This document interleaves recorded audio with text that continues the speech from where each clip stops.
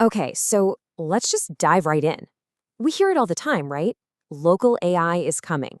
But for most of us, what does that phrase actually conjure up? I'm guessing it's a picture of a giant, custom built PC with fans roaring, drawing a ton of power, and a desk that looks more like a lab than a workspace. And you know what? For a long time, that was pretty much true. But then Apple came along and changed the hardware, not by being the absolute most powerful, but by making it all way, way simpler. And this image just says it all, doesn't it? For the first time, a huge number of developers and creatives can run some serious AI models right on their machine without building what I'd call a mad scientist setup. So look, this explainer isn't about saying max beat NVIDIA. They don't, not in raw power. This is about something way more interesting, why Apple's M5 changes the entire story for local AI anyway. For years, if you were serious about local AI power, you really only had one road to go down, the PC route. And let's be crystal clear, for pure, unadulterated power, that is still the top of the mountain. A decked-out NVIDIA setup is the undisputed champion if your one and only goal is maximum performance, period. But that power comes with some serious trade-offs. We're talking dedicated GPUs, driver headaches that can ruin your week, a massive power supply, all the cooling solutions, the noise, the space it takes up, and the constant tinkering and maintenance. For some people, that's part of the fun, but it's a demanding setup that basically turns your computer into its own hobby. So raw power isn't the only question we should be asking. Maybe the better question is this. What kind of machine do you actually want to live with day in and day out? Because that's where the Mac story gets really interesting. Not because it's winning every single benchmark, but because it's solving a totally different problem. You know, a lot of people see a new chip and they immediately ask what I think is the wrong question. So how many more cores does it have? And sure, that stuff matters, but with the M5, that's not the real story here. Not at all. The crucial part is how the AI work actually happens on the M5 chip now. Apple basically moved all that complicated AI math a lot closer to where the work is already happening. This cuts down on friction and makes the machine feel less like a general-purpose computer that's just pretending to do AI, and more like a computer that was actually built for it from the ground up. And what's the result of that big architectural shift? Well, Apple's claiming it can deliver up to 4 times faster AI performance compared to the M4 on some of these new M5 systems. That is a huge jump, and it's coming from a smarter design, not just by cramming in more horsepower. Okay, but here's what's really fascinating about all this. Most people get hung up on how fast an AI's answer streams out onto the screen. And yeah, that matters, but it's not the first thing you feel. The very first thing you notice is something else entirely. It's the delay. The first thing you feel is something called time to first token. Now, a token is basically just a piece of a word. It's how an AI thinks. So this time to first token is that pregnant pause you get before the model even starts typing its answer. If that part is slow, the whole system just feels broken. You type, you wait, nothing happens. It feels dumb. And this gets even more critical as we start giving these models longer prompts, asking them to read whole documents. So how does Apple attack that delay? A huge part of it is memory bandwidth. The M5 Max can hit up to 614 gigabytes per second of unified memory bandwidth. That's a massive number. And Apple specifically connects this spec to demanding jobs, like getting those tokens to generate faster for these big language models. And all of this is possible because of unified memory. And look, this isn't just some flashy marketing term. It fundamentally changes what a single machine is capable of. By having one giant, super fast pool of memory that the whole chip can dip into, the system can feed the AI model data incredibly quickly without those classic bottlenecks.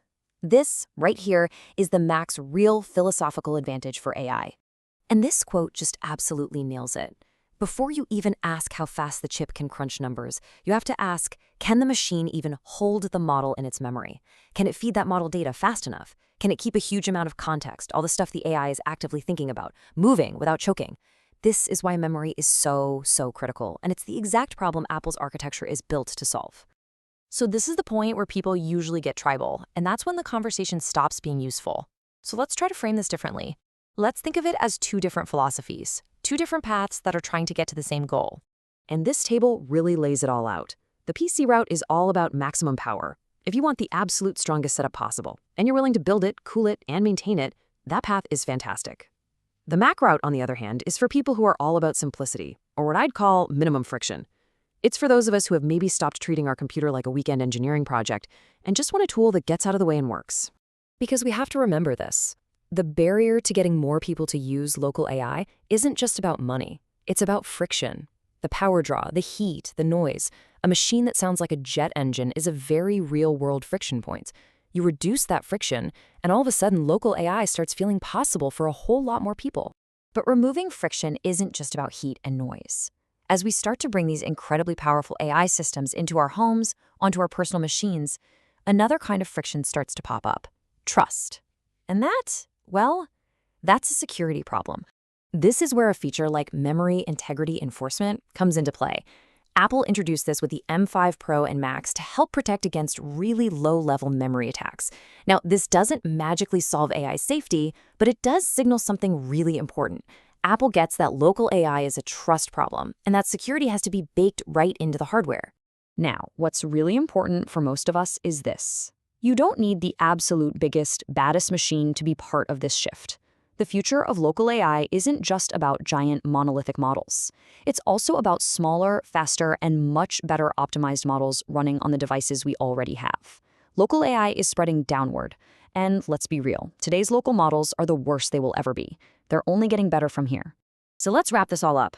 What has Apple really changed here? I think they've redefined the entry point to doing serious work with local AI. It's about the whole experience, from that speed to start all the way to the simplicity of the machine itself. The whole shape of the option has changed. Before, the path looked like this: go build yourself a giant workstation. Now there's another path: go buy a single, off-the-shelf machine. And yes, it is still a premium purchase, no doubt.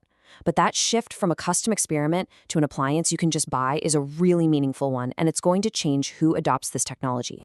So the key takeaway is that Apple changed the local experience. The speed to get started, the memory to hold more context, the efficiency to keep the machine quiet and usable, the simplicity that helps you avoid that whole lab setup, and starting the security story for local agents. You know, tools don't just win by being the strongest. Sometimes they win by removing pain points. And this is all just part of a much bigger trend. We are moving into a split, kind of hybrid AI world. Your phone, your laptop, your desktop, they're going to handle the private, fast, local tasks, and the cloud will handle those massive frontier model jobs. And the better our local hardware gets, the more useful that split becomes for everyone. So here's probably the simplest way to think about it all. NVIDIA still owns the build the absolute strongest machine possible path. Apple is building the run serious AI without having to build a machine path. One is all about maximum power. The other is about minimum friction.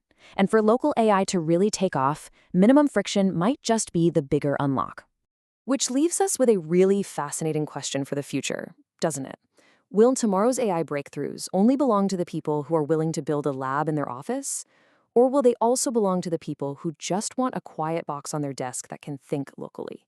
That's really the choice that Apple is putting on the table.